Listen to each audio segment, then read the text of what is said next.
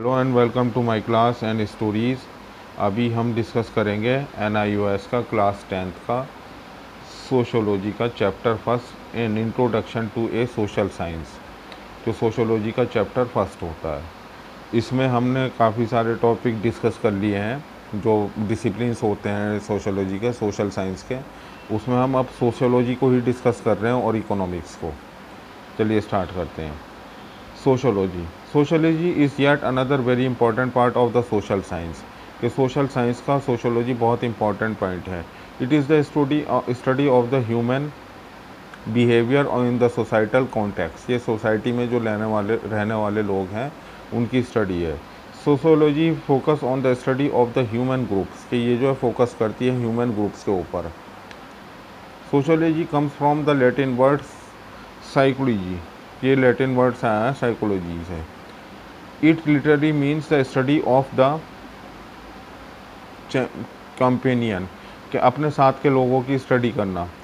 Sociology seeks the understand of the structure of the society, how it works, कि ये कैसे work करती है हमारा समाज जो वर्क करता है।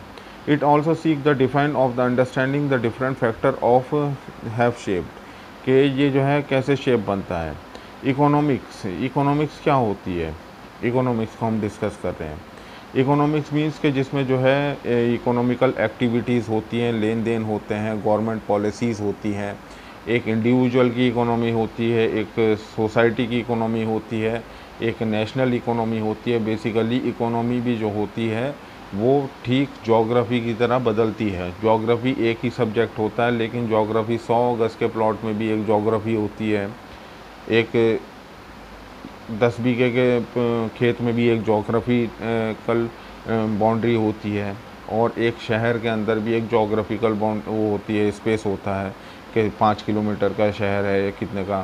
तो उसी तरीके से कंट्री की भी जोग्राफी होती है, उसी तरीके से समुंदर कितने स्पेस में उसकी भी एक जोग्राफी होती है, या फॉरेस्ट कितने स्पेस में वो भी जोग्राफी है, या पहाड़ कितने स्पेस में है वो भी एक जोग्राफी है। ठीक उसी तरीके से इकोनॉमी का भी कंडीशन है कि इकोनॉमी एक इंडिविजुअल पर्सन की भी हो सकती है, फैमिली की भी हो सकती है, एक बिज़नेस की इकोनॉमी भी हो सकती है, एक सोसाइटी की भी इकोनॉमी हो सकती है, और एक नेशनल लेवल की भी इकोनॉमी होती है, और एक वर्ल्ड लेवल पे भी इकोनॉमी होती है।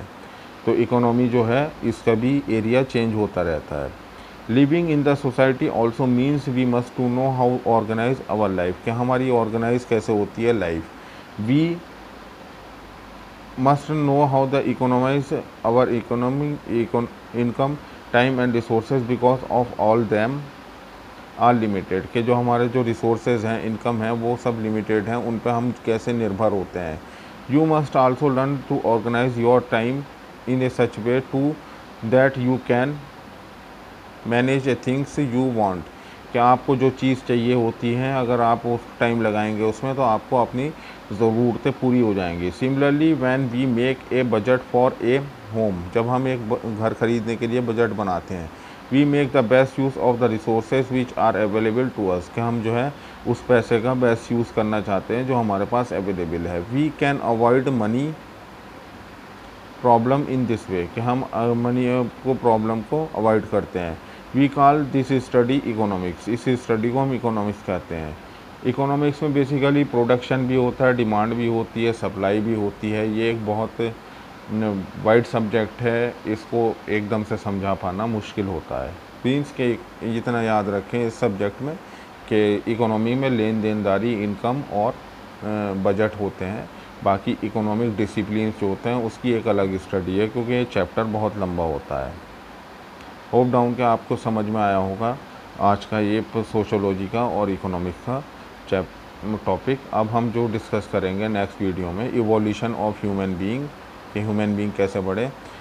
नोमैडिक लाइफ होती है वो कैसी होती है, ओल्ड स्टोन एज होती है, पैलोकैथिक एज जिसे कहते हैं, और चालकोलिथिक एज, और हड़प्पा सिविलाइजेशन, और Indus valley civilisation, middle age stone. तो ये नेक्स्ट वीडियो में जो है डिस्कस करेंगे हम। Thank you very much for watching the video.